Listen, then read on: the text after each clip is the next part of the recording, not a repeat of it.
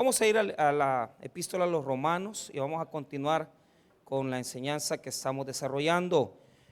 Romanos 9, y vamos a continuar en la lectura del versículo 22 en adelante. Romanos 9, 22. Vamos a hablar de los vasos de ira. ¿Qué son los vasos de ira? ¿Qué es lo que revela la palabra del Señor con respecto a estos vasos? Muy bien, lo tenemos. Romanos 9, 22. Vamos a leer esa porción para el Día de las Madres con el objetivo de poder dar regalos.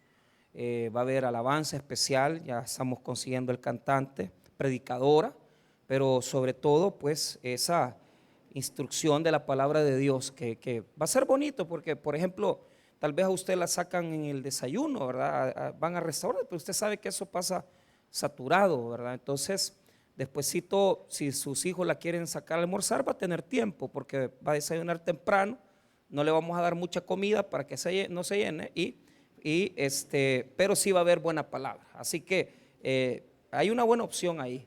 La idea es que invitemos personas que también no conocen, pero va a estar muy bonito. Vamos a ver 9:22. La palabra de Dios dice así: y que si Dios, queriendo mostrar su ira y hacer notorio su poder, soportó con mucha paciencia los vasos de ira preparados para destrucción, y para hacer notorias las riquezas de su gloria, las mostró para con los vasos de misericordia que él preparó de antemano para gloria, a los cuales también ha llamado, esto es, a nosotros, no solo de los judíos, sino también de los gentiles. Oremos. Padre, en el nombre de Jesús, en esta noche queremos suplicarte que tu palabra pueda ser edificante. Oramos que puedas usar el predicador que llevará la enseñanza en esta noche. Pero también, Señor, intercedemos por aquellas personas que no te conocen, por esas personas que todavía no tienen un acercamiento contigo, que puedan ser tocadas a través de tu Santo Espíritu. Te damos las gracias en el nombre de Jesús. Amén y amén. Pueden tomar asiento, amados hermanos. Muy bien. ¿Qué son los vasos de ira y los vasos de misericordia? Esta idea la comenzamos la semana pasada. Recordemos que hablamos del alfarero. Diga conmigo al alfarero. La figura del alfarero está en el Antiguo Testamento y Dios la usa en varios textos de los profetas con el barro. Ya voy a citar ese texto, pero yo creo que no es tan necesario porque yo creo que ustedes se acuerdan de lo que yo enseñé la semana pasada. Si no se acuerda, no se preocupe, ya vamos a ir haciendo alguna pequeña remembranza. Pero recuerden ustedes que Dios le dice a Jeremías: ve a la casa del alfarero. Génesis. Cuando usted nota en el libro de Génesis, habla Dios acerca de que Él tomó barro y creó, ¿verdad?, al hombre. Entonces, en ese sentido, Dios es un alfarero, un creador, y en el Antiguo Testamento Dios ocupa esa figura para mostrarnos que Él hace con el barro conforme a su voluntad. Entonces, le dice Jeremías: ve a ver al alfarero, y él va, y el alfarero, pero inmediatamente Dios habla y dice, si Dios, él hablando, declarando proféticamente, si Israel cambia de actitud, yo también puedo cambiar el destino de la nación, el destino de la nación. Quiere decir que si nosotros nos ablandamos en las manos de Dios, si no nos endurecemos en las manos de Dios, Dios está dispuesto a cambiar también. Entonces, esa figura del Antiguo Testamento, del alfarero, Pablo la toma en Romanos 9, 20, 21. Entonces, ¿qué dijimos la semana pasada? Lo que yo les pregunté es, ¿a qué se está refiriendo Pablo con esto? ¿Por qué?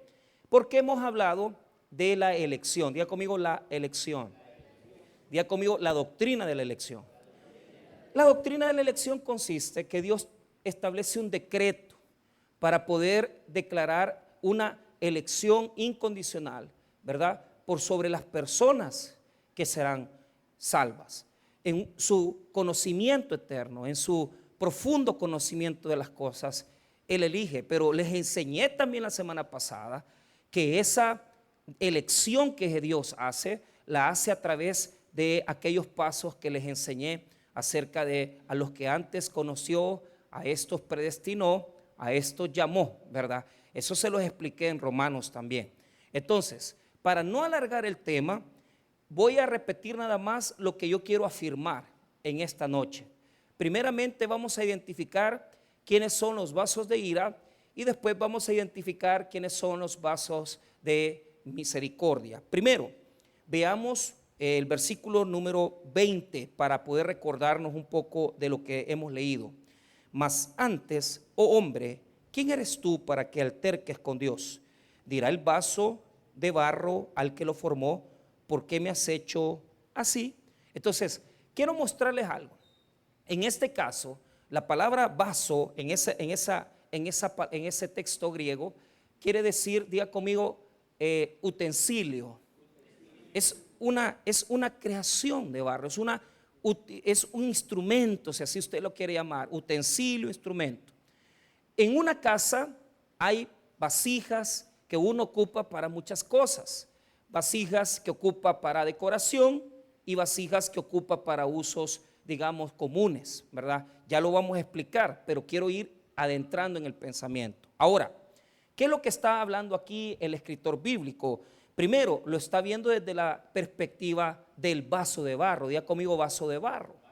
El vaso no habla, es barro. El vaso no le puede decir al alfarero absolutamente nada. Le puede responder el vaso al alfarero: ¿por qué me eliges a mí y no eliges a otro? Porque recuerde las preguntas que han hecho antes. Porque la pregunta es, ¿por qué Dios elige de esta forma? ¿Por qué Dios elige, verdad, de esta forma incondicional, de esta forma como un decreto? Y tal vez nosotros no los logramos comprender, porque como tenemos una mente humana finita, creemos que Dios quiere elegir a todos. Claro, Él quiere elegir a todos, pero el hombre ha resistido a eso.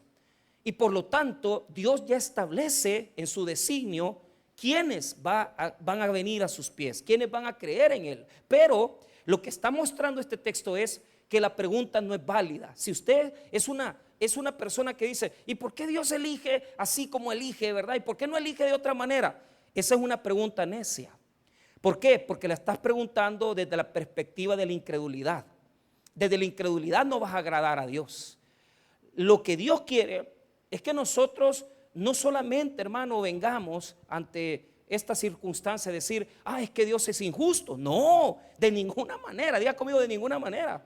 O sea, a Dios lo rigen designios más profundos que nuestro conocimiento, que no conocemos, que no sabemos, nuestra mente no logra alcanzar. Por lo tanto, Dios no es injusto.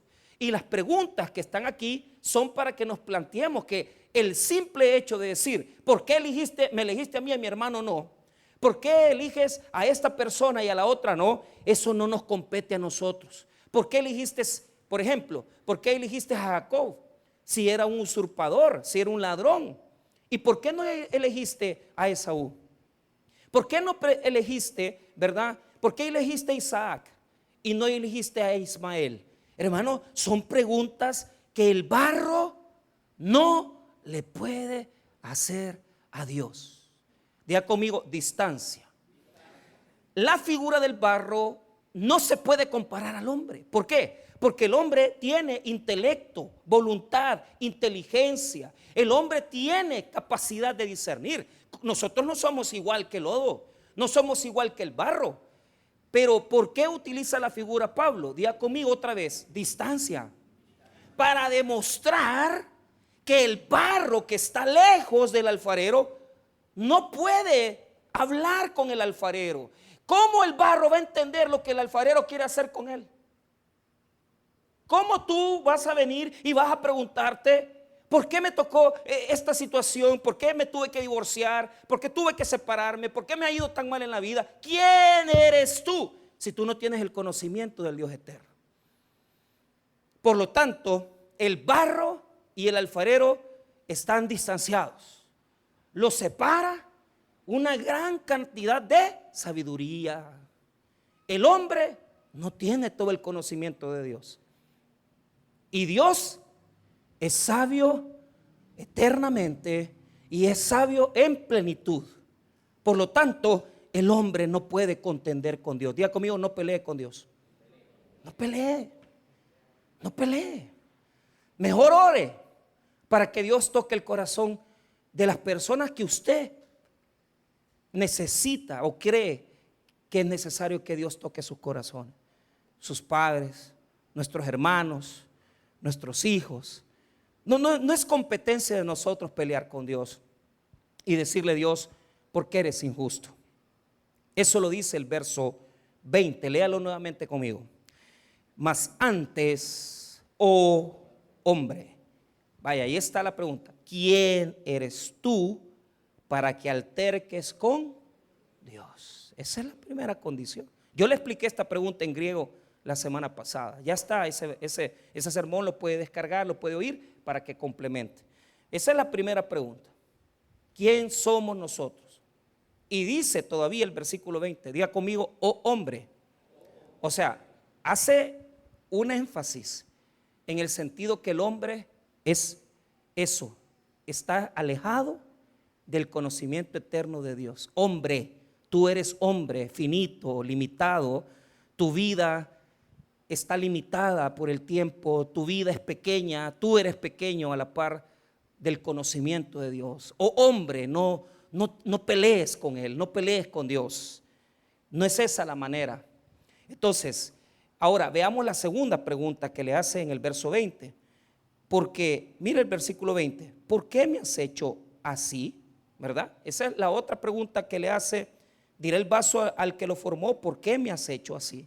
O sea, ¿cómo el vaso de barro le va a hablar al alfarero si el barro no habla, el barro no puede hablar? Entonces, Pablo lo que está queriendo mostrarnos es que el hombre, ¿verdad?, no puede contender con Dios, el Creador. ¿Qué nos toca a nosotros? Poner el dedo en la boca, guardar silencio, porque no sabemos los designios eternos de Dios, no los conocemos. Y nos quedamos como Job. Allá en el capítulo 40, él decía, ¿verdad?, que contendía contigo y no tenía razón. Pero él entiende al final de su proceso que es, hermano, no es correcto pelear con Dios. Por tanto, pondré mi dedo en mi boca. Ya no hablaré más, guardaré silencio.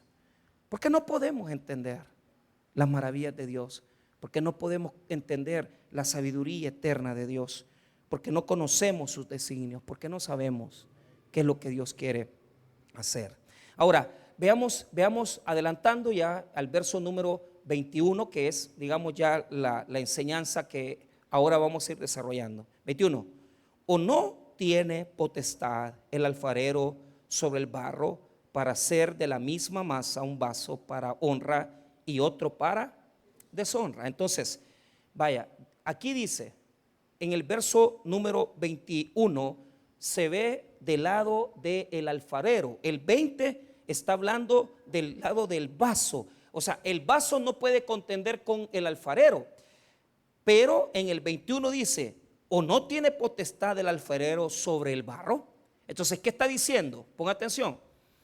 El alfarero puede hacer con la masa de barro lo que él quiere. ¿Quién le va a decir algo al alfarero? Entonces, el 20 es para el vaso y el 21 es para el alfarero. Pero lo que quiere mostrar el texto 21 es que el alfarero, hermano, hace lo que quiere con el barro. Ahora, vuelvo a repetir, póngame atención en esto. Esta es una ilustración que Pablo está tomando. No está diciendo que Dios es más grande que esto y que el hombre es más grande también que esto, porque lo vuelvo a repetir, hermanos míos, no somos barro, tenemos voluntad, tenemos inteligencia, tenemos capacidades. Lo que está mostrando Pablo aquí es que si a Dios le place, Él puede hacer lo que quiera, porque es su voluntad.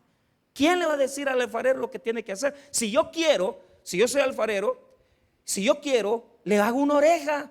¿Y cuál es el problema? No, yo soy su creador. Si yo lo quiero, lo pinto de rojo, lo pinto de negro, lo pinto de blanco. Yo soy el creador y a mí nadie me va a decir nada. Eso es lo que quiere hacer énfasis. Ahora, como el 21 es la introducción, quiero que note la palabra clave. Diga conmigo, potestad. Ahí hay una palabra clave en griego. Diga conmigo, derecho. La palabra en griego es exausía. Y cuando Dios usa en la Biblia exausía, es autoridad, derecho. Es la capacidad de Dios de hacer algo. Él tiene el derecho de hacerlo. No es, hermanos míos, no es condición de nosotros como humanos decirle a Dios, es que vos no tenés derecho de hacer esto. ¿Por qué no? ¿Por qué no? Él sabe lo que hace. Y mire, yo le decía la semana pasada que yo tengo claridad de pensamiento en el hecho que Dios a muchos creyentes que no nos portamos bien, y a mí me ha pasado mucho viendo alcohólicos, gente con adicciones, y de repente, fíjate que mi primo, mi hijo falleció. ¿Y por qué? Porque Dios se lo lleva, porque ellos no pudieron contra eso. Y el Señor dice, ya no, ya venite mejor, porque la verdad es mejor que estés conmigo. Pero esa persona creía en el Señor, pero nunca pudo salir de ahí.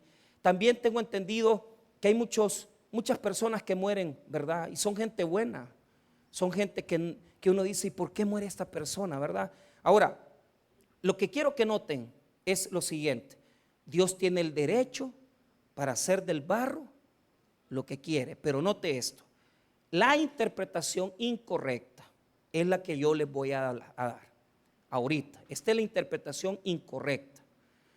Lo que interpreta la gente es, diga conmigo, la misma masa.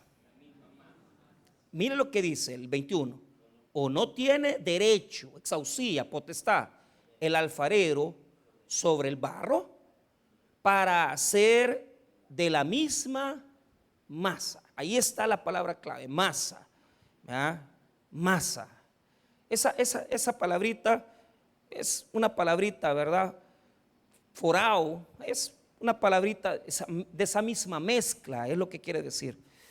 Bueno, pero lo que piensa la gente es esto, ponga atención, que de la misma masa Dios toma a los que van a ser salvos y Dios toma a los que van a ser condenados. De la misma masa Dios toma al condenado y hace al vaso de ira. El vaso de ira representa aquel que rechaza a Dios, que se endurece. De la misma masa toma el vaso de honra y el vaso de deshonra. De la misma masa toma el vaso, ¿verdad?, de honra y el vaso de deshonra. Entonces, quiero aclarar ese pensamiento. Eso es lo que la gente piensa. Y eso es un error. Diga conmigo, eso es un error. O sea, lo que dice es que de la masa, y yo les dije, ¿qué representa esa masa? Y le respondí la semana pasada a través de 2 textos. Veamos el primer texto más importante. Vea conmigo quién es esa masa. Es la masa de hombres, la humanidad entera. Romanos 3, versículo número 9. Ahí está la masa. O sea, ahí está todos los hombres creados, los hombres que pertenecen a la creación. Romanos 3, 9. Amén. Miren lo que dice. ¿Qué pues? ¿Somos nosotros mejores que ellos? En ninguna manera. Pues ya hemos acusado a judíos y a gentiles, que todos están bajo pecado. Ponga atención. Esa masa es la masa de gente totalmente perdida. ¿Sí? Todos estamos perdidos. Porque en consonancia a Romanos 5, donde dice que de Adán, hermano, nosotros ya traemos esa contaminación. Todos estamos perdidos. ¿Por qué? Porque en el jardín del Edén, el hombre transgredió. Y esa transgresión nos transmite a nosotros la condición pecaminosa. Por lo tanto, no es, hermano, fíjese que de esta masa buena, no, es que es una masa porque todos están perdidos. Es una masa deforme porque están confundidos en pecado. Hermanos, si hay algo que representa pecaminosidad en la Biblia, son 2 cosas. Uno es la lepra por las llagas y lo otro es esa masa de barro. ¿Por qué? Porque es deforme. Diga conmigo, deforme. Es decir, el corazón del hombre está trastornado, confundido, totalmente trastornado. Por eso la humanidad es una masa de barro, pero toda la humanidad está perdida. Toda. Vea lo que dice el versículo número 10, como está escrito, Romanos 3:10, como está escrito: no hay justo ni a uno, no hay quien entienda, no hay quien busque a Dios. Todos se desviaron a una, se hicieron inútiles, no hay quien haga lo bueno, no hay siquiera uno. Ahora, pero yo les dije que el hombre completo no tiene nada bueno. ¿Por qué? Porque mire lo que dice en descripción, describiendo desde su garganta, después su lengua, después sus pies, sus labios. Vea todo el hombre, diga conmigo, todo el hombre está contaminado. Mire lo que dice Romanos 3:13. Sepulcro abierto es su garganta, con su lengua engañan, veneno de áspides hay debajo de sus labios, su boca está llena de maldición y de amargura, sus pies se apresuran para derramar sangre, quebranto y desventura hay en sus caminos, y no conocieron camino de paz, no hay temor de Dios delante de sus ojos. Ahí está. Todos los hombres estamos en pecado. ¿Qué es lo que hace Dios? De la masa perdida, Dios toma a lo que Él quiere elegir. Dios toma lo que Él quiere elegir. Va. Eso que ha tomado de la masa deforme, ese vaso de barro es usted.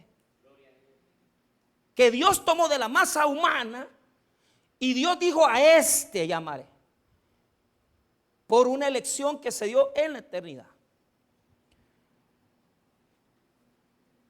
Todos estábamos condenados, pero Él toma a unos para hacerlos vasos de misericordia, y ese es el pueblo de Dios.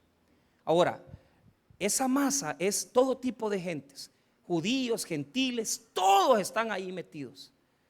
Ahora, vaya conmigo nuevamente a Romanos 9, versículo 21. Y vamos otra vez, lento, porque estos versos hay que verlos lentos. Mire, dice, vuelvo a leer el 21, 9:21. O no tiene exausía, o sea, derecho, el alfarero sobre el barro para hacer de la misma masa un vaso para honra y otro para deshonra. Amén. Ok, voy a traducir vaso de honra y vaso de deshonra. O sea, como son términos muy antiguos, recuerde que la Reina Valera se tradujo hace muchos siglos, puede hacer que nuestro idioma no suene bien. Porque, ¿qué es lo que quiere decir vaso de honra y vaso de deshonra? Traduzco, le voy a traducir a través de la traducción lenguaje actual para que tenga una idea. Si tienen allá en multimedia traducción lenguaje actual, denme en Romanos 9:21, si lo tienen. Si no lo tienen, no se preocupen. Yo se los leo aquí. Romanos 9:21 en la TLA, traducción lenguaje actual, dice así: el alfarero puede hacer con el barro lo que quiera. Con el mismo barro puede hacer una vasija para usarla en ocasiones especiales y también una vasija de uso diario.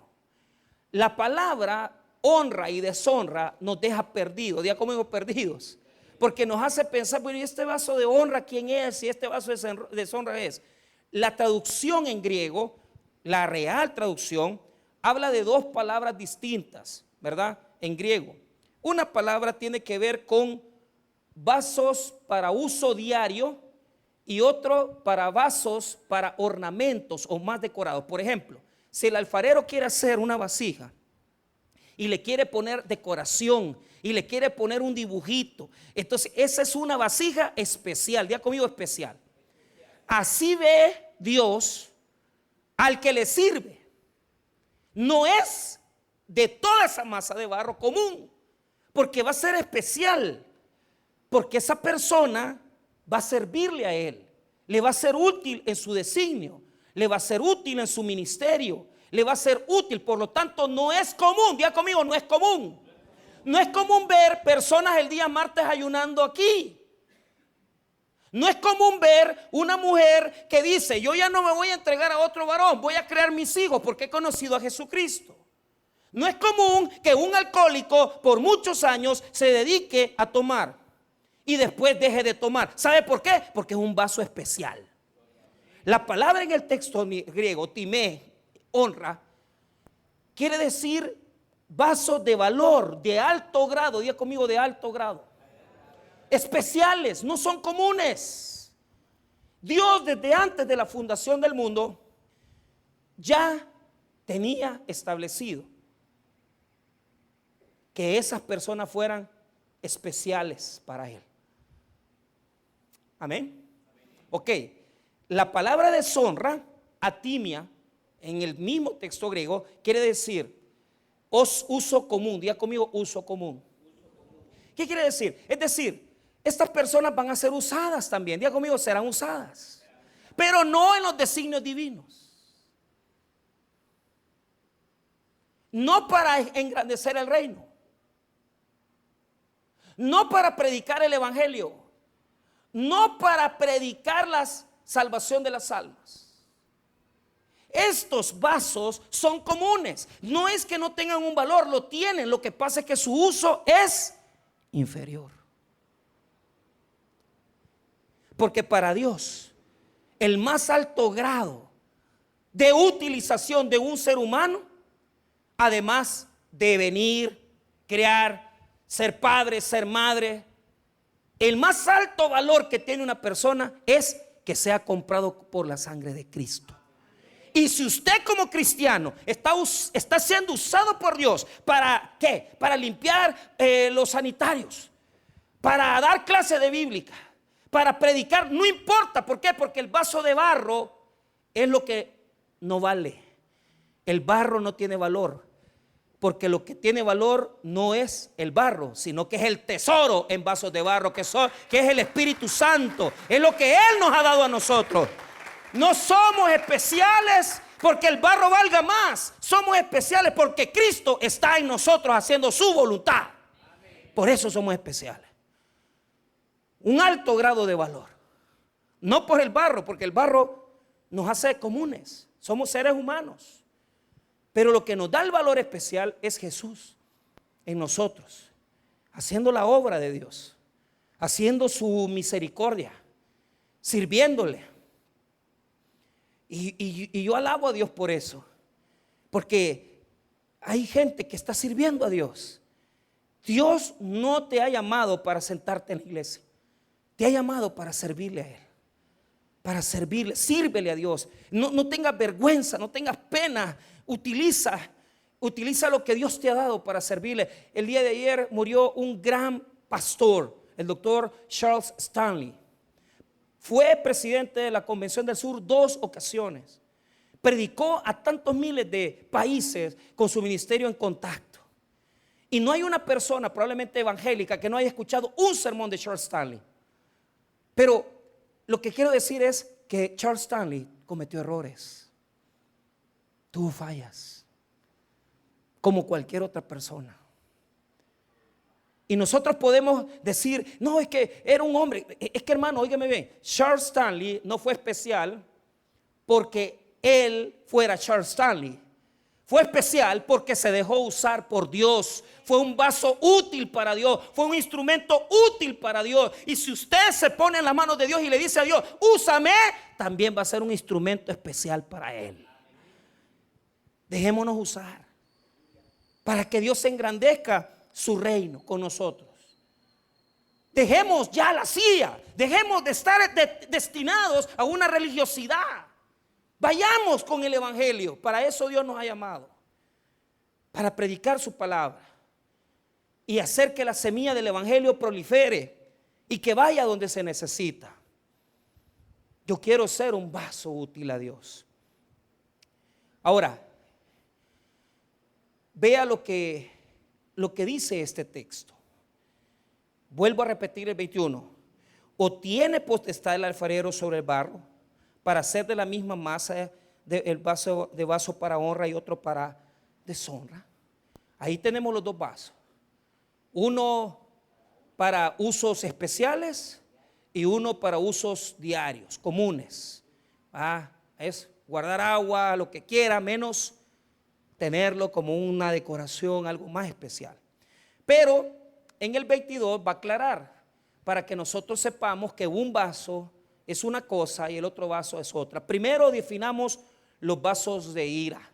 Entonces, si ya vimos que un vaso es de uso inferior, no es que sea bueno o malo, no, es que es de uso inferior. Dios no lo va a usar igual. Entonces el 22 va a aclarar términos. Vea lo que dice el 22. Y que si Dios,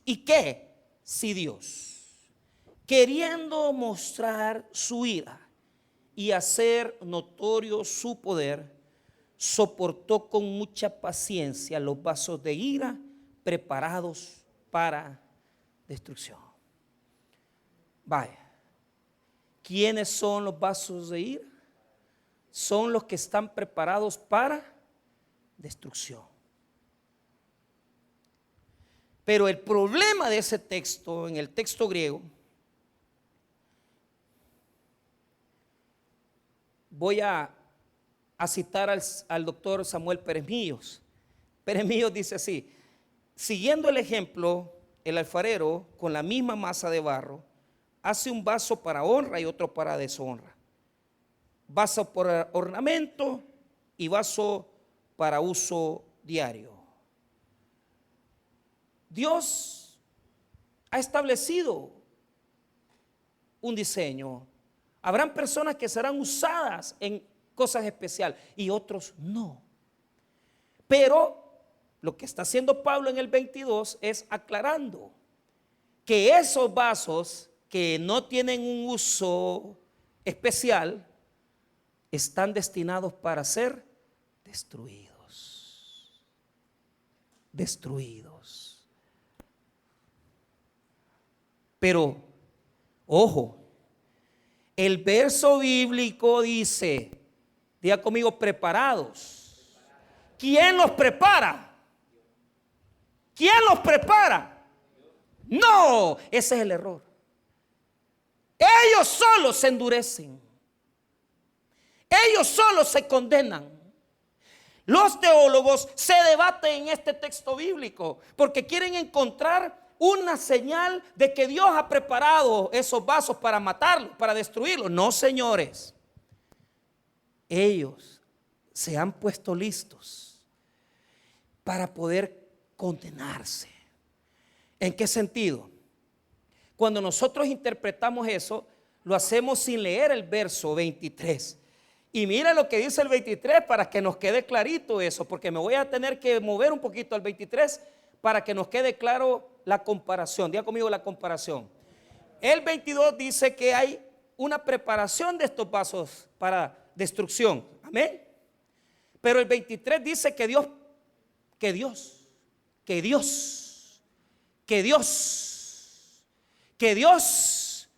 prepara. Es muy diferente. Mire el 23. Y para hacer notorias las riquezas de su gloria, las mostró para con los vasos de misericordia que Él, diga conmigo, que Él preparó, mire bien, que Él preparó de antemano para gloria. Entonces, Dios está preparando unos vasos para mostrar su gloria. Y hay otros vasos que se están preparando para destrucción. Pero la diferencia es que en el verso 22 no dice que es Dios el que los está preparando. ¿Por qué? ¿Quién endureció a Faraón? Solito, cuando leímos Éxodo, se los enseñé texto a texto. Texto a texto les enseñé. Que vino Faraón y se fue endureciendo y endureció su corazón y endureció su corazón. Y allá al final, cuando ya él había mostrado que no se iba a arrepentir, ¿qué hizo Dios? Lo terminó endureciendo porque él le había dado la espalda. Una tras otra vez oportunidades, una tras otra vez Dios le habló, una tras otra vez Dios le mandó el mensajero que era Moisés y él no se arrepintió de su pecado, sino que él rechazó a Dios, rechazó su misericordia. ¿Quiere que lo veamos otra vez? ¿Se acuerdan? Que hemos hablado del endurecimiento. Amén. Ok, vaya conmigo a Éxodo 7.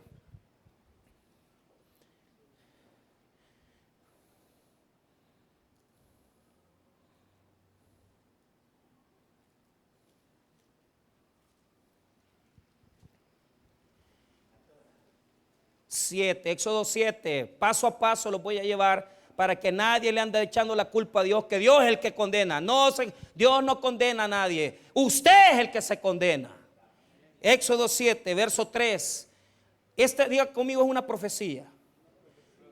Dios le dice a Moisés: mira, este faraón lo voy a endurecer porque no va a querer nada conmigo.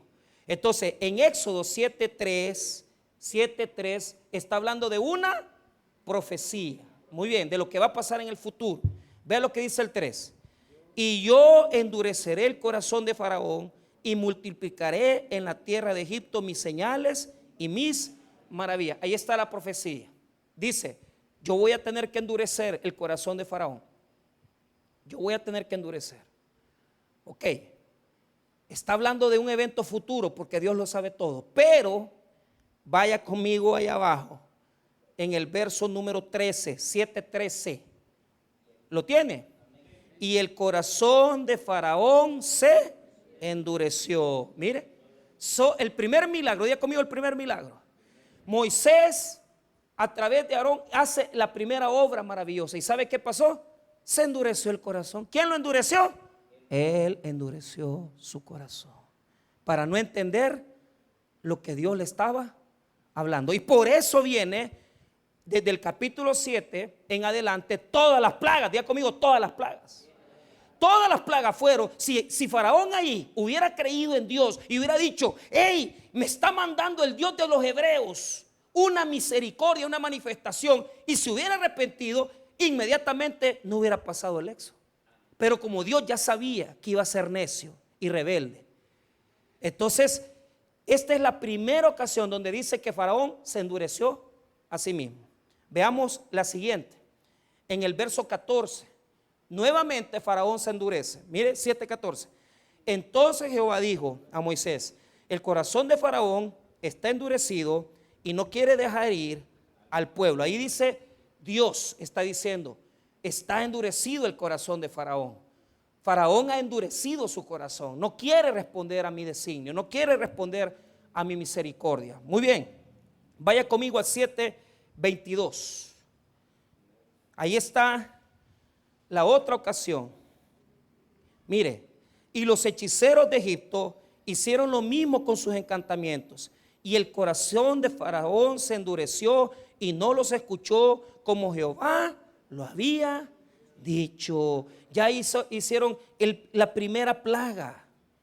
El Nilo se llenó de sangre. No entendió cuando Moisés hizo las obras frente a él. Ahora que viene la primera plaga, diga conmigo la primera plaga. Tampoco quiere entender la voluntad de Dios. Volvamos otra vez al capítulo 8. Mire bien, Éxodo 8. Vaya conmigo a Éxodo 8, ahí adelante. Versículo número 15. Ahí está la otra prueba indubitable, que es el hombre el que endurece su corazón. Mire lo que dice 8:15.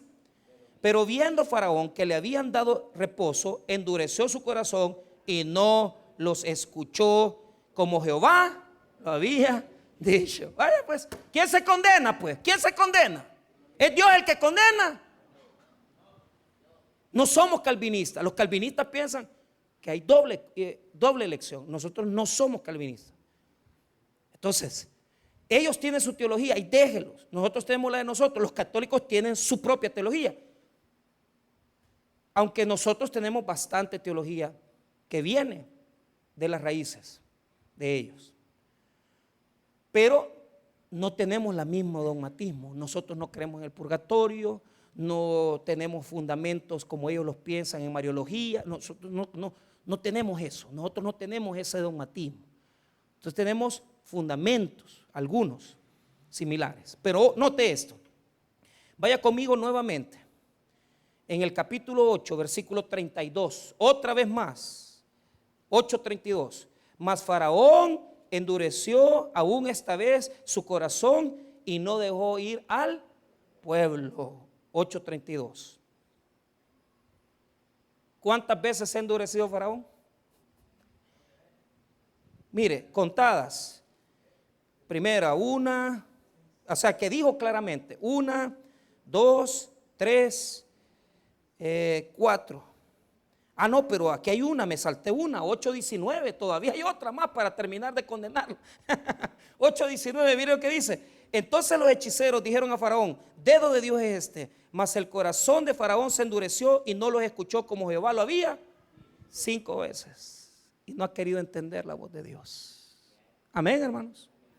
Y ahora Dios interviene y dice: pues Faraón, no quisiste oír mi palabra, ahora endureceré tu corazón.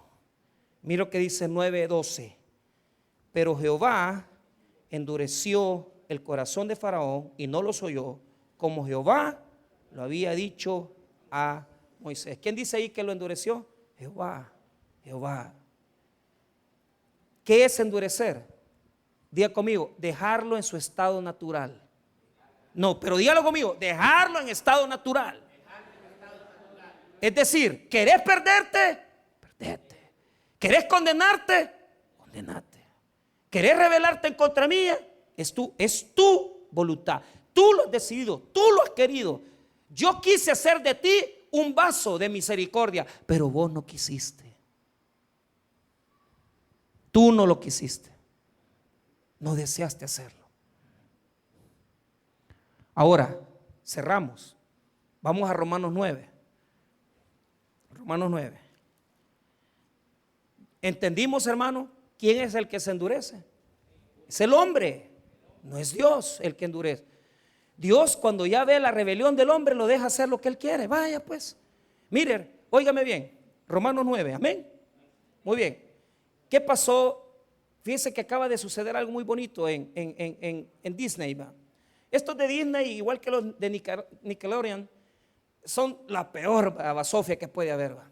Y se echaron la primera película se llamaba Lightyear. O sea, es la película de Buzz Lightyear, que es la de Toy Story. Y es aquel astronauta muy bonito. Pero en esa película, por primera vez, de forma explícita, había una pareja de mujeres besándose. Y esa escena la iban a quitar de la película. Pero los mismos empleados de Disney dijeron: no, pónganla, porque necesitamos que la gente entienda que nosotros ya no estamos, ¿verdad?, en la misma condición de antes. Dejaron la escena y ¿sabe qué pasó? Fue la peor película. Es el fracaso más grande que Disney ha tenido en ventas. Invirtieron $300 millones y perdieron su plata en eso. ¿Sabe por qué, hermano? Porque todavía hay gente que entiende la diferencia entre las cosas correctas e incorrectas. Eso me hace pensar que hay gente que todavía puede entender y querer a Dios, fíjese. Porque yo personalmente digo, esta gente quiere, cuando usted le pregunta: ¿y tú, tu género cuál es? Binario, mujer. Y no dicen binario, sino que binarie. En España se dice todos, todas y todes. ¿Cómo se llama eso? Lenguaje inclusivo. Pues a Dios tu lenguaje inclusivo no le importa, porque vos podés nacer solamente con 2 tipos de órganos: hombre o mujer, te guste o no te guste, como decía Mauricio Funes. Pero ¿qué es lo que quiero decirle? El hombre quiere decir, oiga lo que la ideología de género enseña: que usted puede sentir, si usted se siente varón, usted es varón; si usted se siente mujer, es mujer. Y si la sociedad dice y respeta eso, pues entonces usted es eso. Pues yo les digo una cosa, dice la palabra de Dios: varón y hembra los creó, y nada más que eso, hermano. Y aunque le quieras dar vuelta a la Biblia, no lo vas a poder hacer. ¿Por qué? Porque el hombre se ha endurecido para con Dios. No es Dios el que ha endurecido. Entonces usted me va a decir: pastor, y entonces estos vasos de deshonra, que son los vasos de ira, ¿qué hace Dios con ellos? Diga conmigo: los soporta. no les hace nada. Por eso usted puede ver cualquier cosa, hermano. Usted puede decir, ¿y por qué esta gente ahora es liberal? ¿Y por qué esta gente hace esto y no le pasa nada? Si es que Dios lo que debería de hacer es venir y juzgarlo. No, hermano, ¿sabe por qué?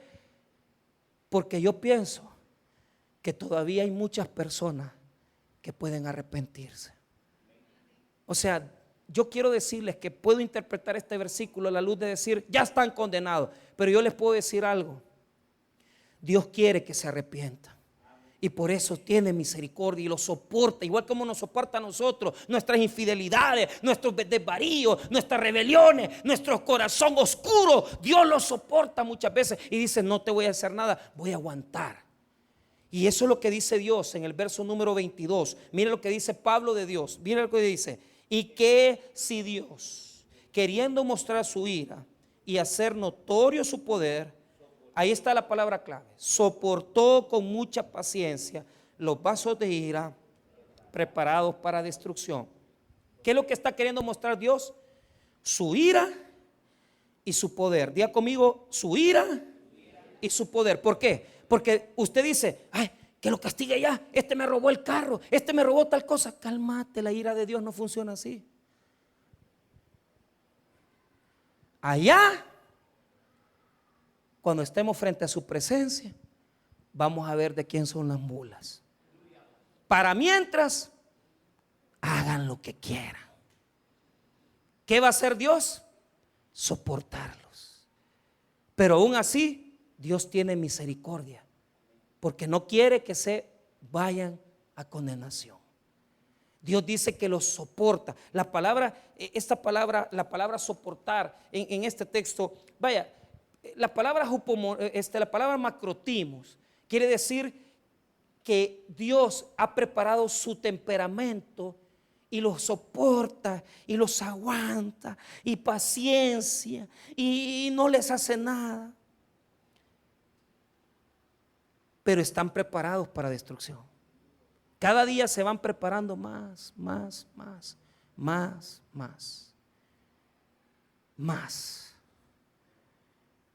Cuando llegamos a los penales, hay pandilleros que buscan a Dios, pero hay otros que no lo buscan. Ya ha preparado su destino. Pero Dios los ha soportado, los ha esperado, y por eso tiene mucha paciencia para aguantar la maldad de los hombres. Y nos toca vivir en un mundo donde lo bueno y lo malo están cerca. El trigo y la cizaña están creciendo juntos. Pero al final de los tiempos, Dios manifestará su ira ahí y va a manifestar su poder ahí. Y todos vamos a decir, valió la pena haber creído en Cristo, porque va a demostrar su ira y su poder en los vasos de gente que le rechazaron, que le dieron la espalda y que nunca creyeron en Él. Cerramos, verso 23. Ahí están los vasos de misericordia. Y para hacer notorias las riquezas de su gloria, las mostró para con los vasos de misericordia que Él preparó de antemano para gloria. ¿Quién los preparó? Dios. Dios los preparó a ellos. Dios preparó a los vasos de misericordia para demostrar su gloria, las riquezas de su. ¿Por qué? Porque los va a premiar. A los vasos de ira se destruirán con la ira de Dios, y los vasos de misericordia recibirán la gloria eterna del Hijo de Dios. Los vasos de ira recibirán la ira condenatoria, y los vasos de misericordia recibirán la gloria eterna de Dios. Hermanos, si todavía Dios nos está hablando, y si usted ha buscado, y usted sabe perfectamente que Dios le ha buscado y le ha mandado predicadores, le ha mandado familia para que venga a los pies de Cristo, y usted ha rechazado, en esta noche, una vez más, Dios le llama y le dice: ven, yo no te preparé para destruirte, te he preparado para ser beneficiario de la riqueza de mi gloria. Te he perdonado, te quiero, te amo, ven a mí. Dios te está llamando. Si en esta noche usted reconoce que necesita el perdón de Dios, reciba a Cristo como Señor y Salvador personal. Vamos a orar, hermanos. Padre, gracias te damos por tu perdón, por tu misericordia.